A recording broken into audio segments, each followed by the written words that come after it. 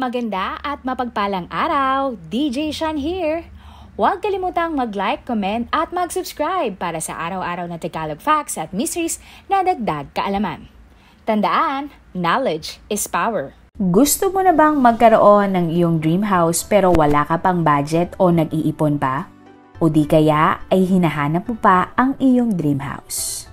Maniniwala ka ba kung sasabihin ko sa iyong sa halagang 60 pesos ay magkakaroon ka na ng bahay at sa napakaganda pang lokasyon?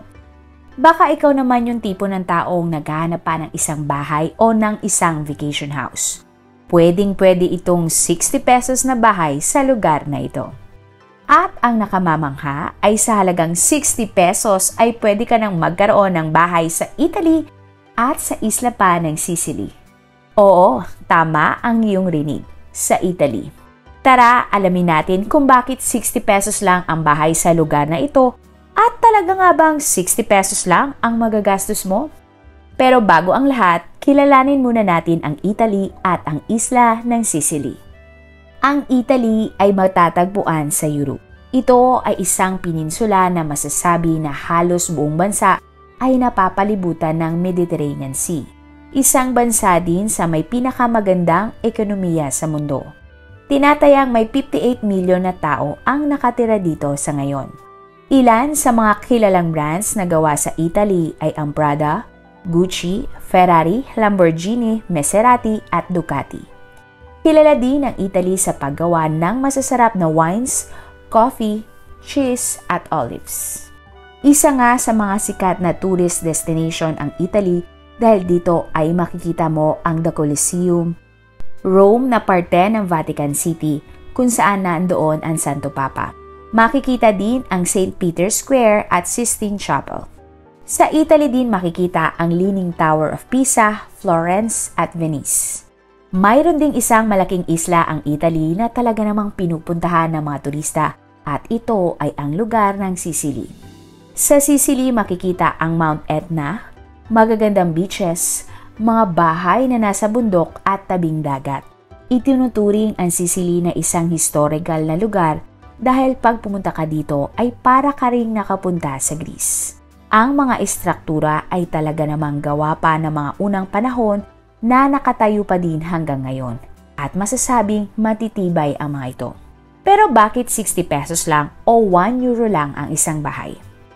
Ang mga nasabing bahay na binebenta sa Sicily, Italy na 60 pesos o 1 euro ay mga abandonado ng bahay. Ang mga bahay ay posibleng patay na ang may-ari at ang mga tagapagmana ay walang interes na tirhan ito dahil sa iba't ibang dahilan. Pwedeng ang magmamana ng bahay ay sa mga malalaking syudad na ng Italy nakatira, nagtatrabaho abroad o walang pera pambayad ng tax at pag-maintain. Sa Italy kasi ay napakataas ng tax. Aging o matatanda na din ang mga nakatira sa mga maliliit na bayan na ito. At ang mga bagong henerasyon o ang mga young adults ay umaalis agad sa kanilang bayan pagkatapos ng high school para mag-aral sa mga universidad.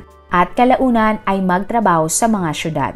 Ang pangunahing kasing kabuhayan sa Sicily ay pangingisda, pagsasaka at agrikultura, kasunod ay turismo. At ang ibang trabaho ay wala sa Sicily.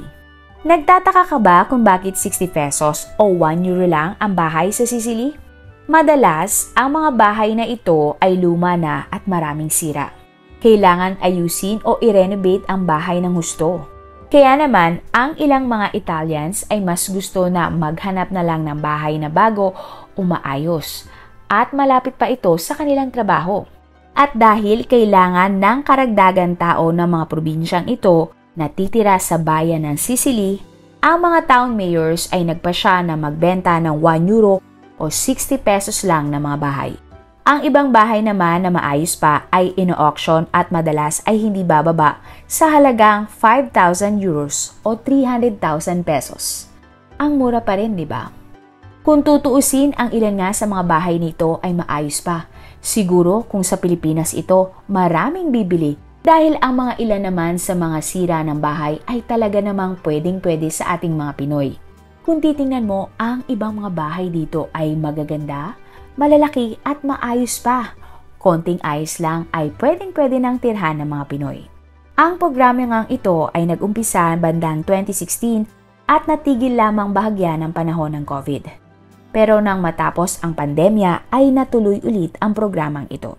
Ang tanong, may kumakagat ba sa 60 pesos na pabahay sa Italy? Sa unang basa o tingin ay parang prank o scam ang 60 pesos na bahay na ito sa Sicily. Dahil parang libre na lang halos ang mga bahay na binibenta, hindi ba? Pero dahil gobyerno o city hall ang kausap mo, legit talaga ang programang ito. Sa katunayan, libo-libong mga tao ang nag-inquire at talaga namang seryoso na bibili ng mga bahay. Sa dami nga nagtanong ay umabot na sa 1,000 bahay ang kanilang nabenta. Simple lang naman daw ang kailangan ng City Hall para makabili ka ng bahay sa lugar. Ang importante lang ay gusto mong tumira sa Italy at kailangan sa loob ng 1 hanggang 3 taon ay mayroong kang plano at renovation na gagawin sa bahay. Tinatayang gagastos ka ng 20,000 to 50,000 euros o 1.2 to 3 million pesos para iparenovate ang ilang bahay. Ang mga agent fee naman at taxes ay aabot sa 3,000 to 5,000 euros o katumbas ng 180,000 to 300,000 sa pesos. Karamihan sa mga nakakabili ng bahay sa lugar ay galing sa Amerika, Australia at mga kalapit na bansa sa Europa.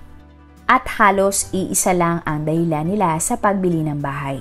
Kahit na alam ng mga buyers na kailangan nilang i-renovate ang mga bahay na ito dahil sobrang luma na o napabayaan ng husto, bumibili pa din sila sapagkat na-inlove talaga sila sa lugar at kultura ng Sicily. Sino ba naman kasi ang aayaw kung pagsilip mo sa balkonahe ng iyong bahay ay ang napakagandang tanawin na makikita mo at ang mga tao dito sa lugar ay sadyang napakabait. Ang ilan nga sa mga susunod ay ang mga taong bumili ng 60 pesos na bahay sa Sicily. Si Tam at Gary ay mag-asawa na galing sa Amerika at nakita nga nila ang 1 euro homes sa isang balita. Noong una ay hindi sila naniniwala pero sila ay nag-research at pumunta sa lugar para makita ito ng personal. Di katagalan ay nakahanap sila ng gusto nilang bahay. Isang 600-year-old na townhouse na may 2 bedrooms at terrace na may view ng bayan, mga bukid at bundok ang kanilang nabili. Pero ang bahay ay medyo maayos pa naman at malaki kaya naman nagbayad sila ng 16k euros o 1.1 million pesos.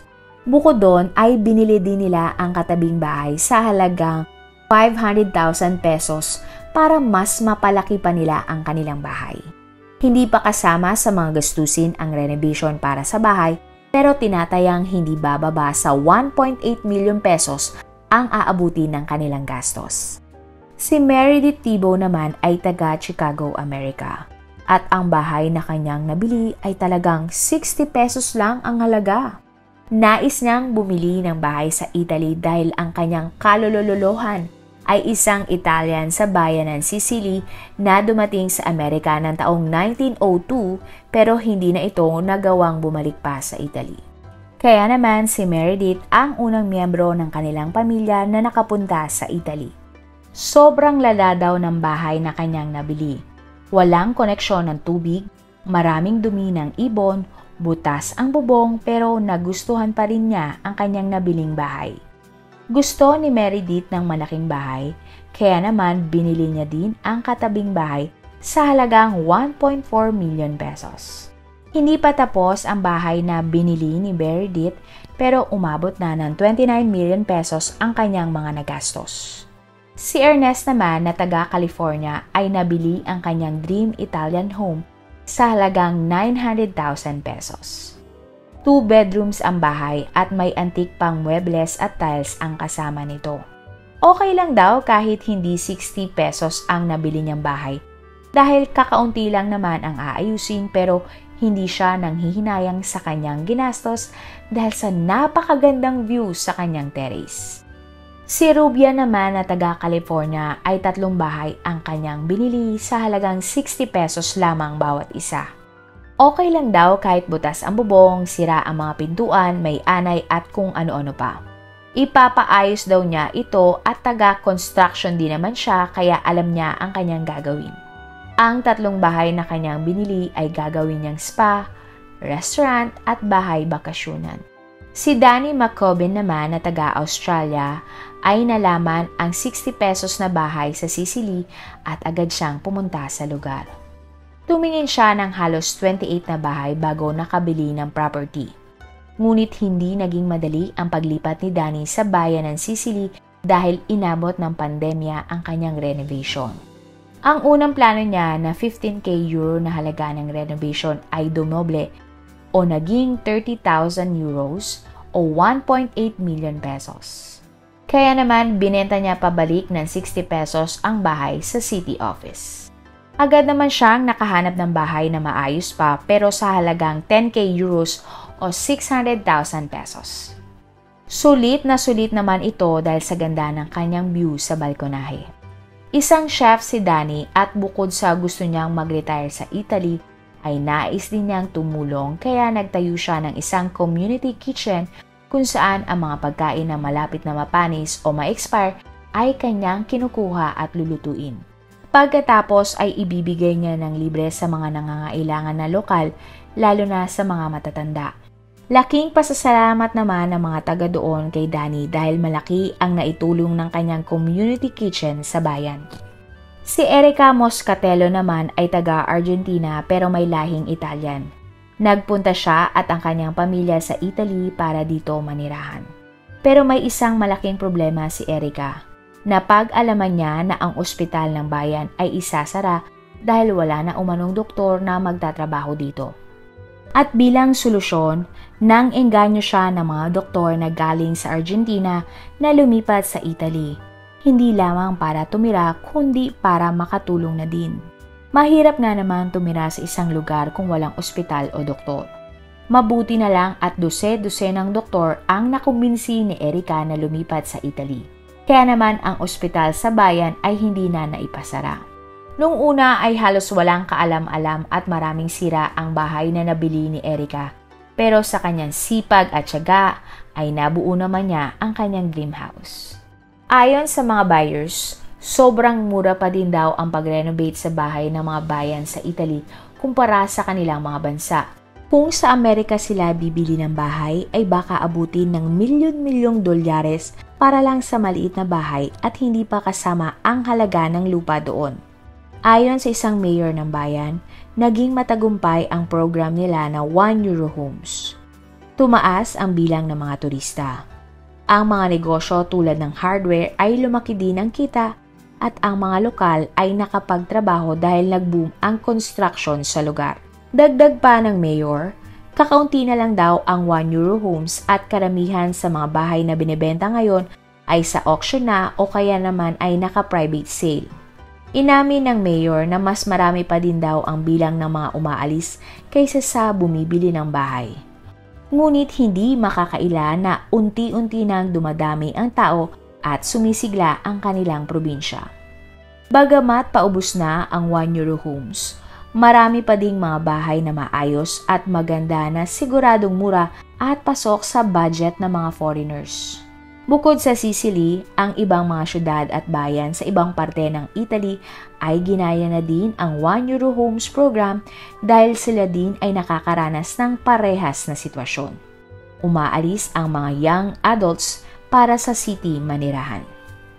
Sa Sicily, bukod sa mura ang mga bahay sa mga probinsyang ito ng Italy, mura rin daw ang mga bilihin, lalo na ang pagkain dahil malapit nga ito sa mga sakahan. Isa din sa mga kagandahan kapag bumili ka ng mga bahay sa lugar na ito, madali mo nang mapupuntahan ang ibang European countries at katabi lang din ang Africa at Middle East. At bonus na lang talaga ang mga magagandang view. Ikaw, gusto mo rin bang bumili ng 60 pesos na bahay sa Italy? Bagamat mura ang bahay dito, di maikakaila na madalas ay mas mahal pa ang pagre-renovate kaysa sa magpatayo ng bahay. Kaya naman, kahit saang bansa ka pa naroroon, kung ikaw ay bibili ng bahay, siguraduhin na alaming mabuti ang lahat ng impormasyon. I-check kung legit, ligtas ba at magkano lahat ang iyong gagastusin.